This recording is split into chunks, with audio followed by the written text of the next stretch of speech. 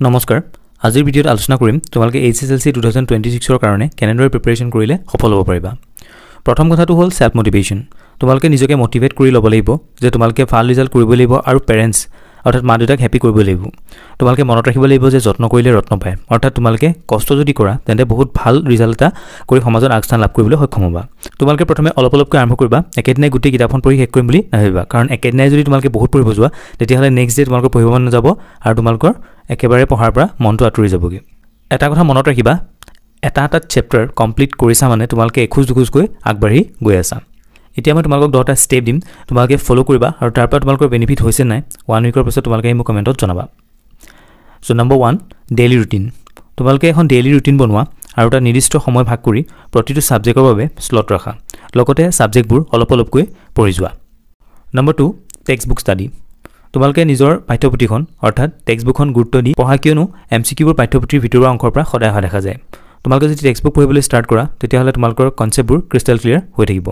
number 3 PYQ of previous exam তোমালোকে আগৰ 5 বছৰৰ যিখিনি প্ৰশ্ন হকত হেবোৰ গুটাই লৈ প্ৰেক্টিস কৰা ইয়াৰ পৰা তোমালোকৰ বহুত কনসেপ্ট ক্লিয়াৰ হ'ব আৰু তোমালোকে ইজিলি কোৱেশ্চন আনসাৰবোৰ সলভ কৰিব পাৰিবা নম্বৰ 4 স্মল নোটস সৰু তোমালোকে নোটছবোৰ বনাই যাবা যদি কিবা শব্দ তোমালোকৰ মনত নাথাকে বা ইতিহাসৰ বিশেষ ঘটনা তোমালোকৰ মনত নাথাকে আৰু যদি ম্যাথছৰ ফৰ্মুলা তোমালোকে মনত ৰাখিবলৈ টান পোৱা তেতিয়াহ'লে তেনেকে স্মল নোটছবোৰ বনাই গলে বহুত সুবিধা হ'ব নম্বৰ 5 ৰাইটিং প্ৰেক্টিস সকলোতকৈ ইম্পৰ্টেন্ট স্টেপ হ'ল এটো সকলোতকৈ ইম্পৰ্টেন্ট স্টেপ বুলি এই কাৰণে কৈছো কাৰণ এক্সাম হলত তোমালোকে যিমান স্পিডত লিখিব পাৰিবা সিমানে ভাল স্কোৰ কৰিব পাৰিবা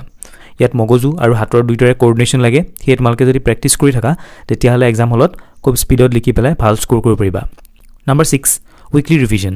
তোমালোকে সপ্তাহটোৰ যিখিনি পঢ়িলা স্যাটাৰডে আৰু সানডে তোমালোকে প্ৰেক্টিস কৰি যাব লাগিব তেতিয়া তোমালোকৰ বস্তুবোৰ ৰিটেনচন হ'ব মগজুত অৰ্থাৎ তোমালোকে বস্তুবোৰ পাৰ্মানেন্টলি মনত ৰাখিব পাৰিবা আৰু এক্সাম হলত চিন্তা কৰি থাকিবলগীয়া নহয় তাৰ পৰা তোমালোকে ধুনীয়াকৈ আনসাৰ কৰি যাব পাৰিবা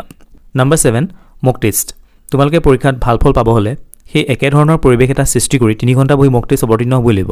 এটো এটা মাস্ট বি স্টেপ এটো যদি কৰা পৰীক্ষা তোমালোকৰ ভয় কেবাৰ নালাগে আৰু ভালকৈ প্ৰশ্নোত্তৰবোৰ তোমালোকে কৰি যাব পাৰিবা তো তেনেকুৱা এটা এনভায়ৰনমেন্ট তোমালোকে নিজৰ ৰুমৰ ভিতৰতে ক্ৰিয়েট কৰি লবা 3 আৱাৰ্ছৰ কাৰণে পৰীক্ষা দিবা আৰু যেনেকৈ পৰীক্ষা হলত তোমালোকে চিন্তা কৰি পেলাই লিখা তেনেকৈ লিখিবলৈ চেষ্টা কৰিবা number 8 identification of your weakness তোমালোকে নিজৰ দুৰ্বলতাবোৰ চিনাক্ত কৰাটো বহুত ইম্পৰ্টেন্ট কোনোবা যদি জ্যামিতি বেয়া পোৱা কোনোবা ইংৰাজী গ্ৰামাৰ বেয়া পোৱা কোনোবা বিজ্ঞানৰ ডায়াগ্ৰাম কি বেয়া পোৱা কোনোবা অসমীয়া গ্ৰামাৰ বুজি নোপোৱা এই দুৰ্বলতাবোৰ তোমালোকে চিনাক্ত কৰা আৰু তাৰ ওপৰত তোমালোকে কাম কৰিব লাগিব নহলে কিন্তু তোমালোকৰ মাৰ্কস কমি যাব কাৰণ এনেকুৱা ধৰণৰ প্ৰবলেম বিলাক যেটো তোমালোকে সদায় পলাই ফুৰিছা যদি এক্সাম হলত তেনেকুৱা এটা কোৱেশ্চন আহি যায় তোমালোকে নাৰ্ভাস হৈ যাবা আৰু তেতিয়া বাকি যিবোৰ পঢ়া কোৱেশ্চন আনসাৰবোৰ তোমালোকে কৰিবলৈ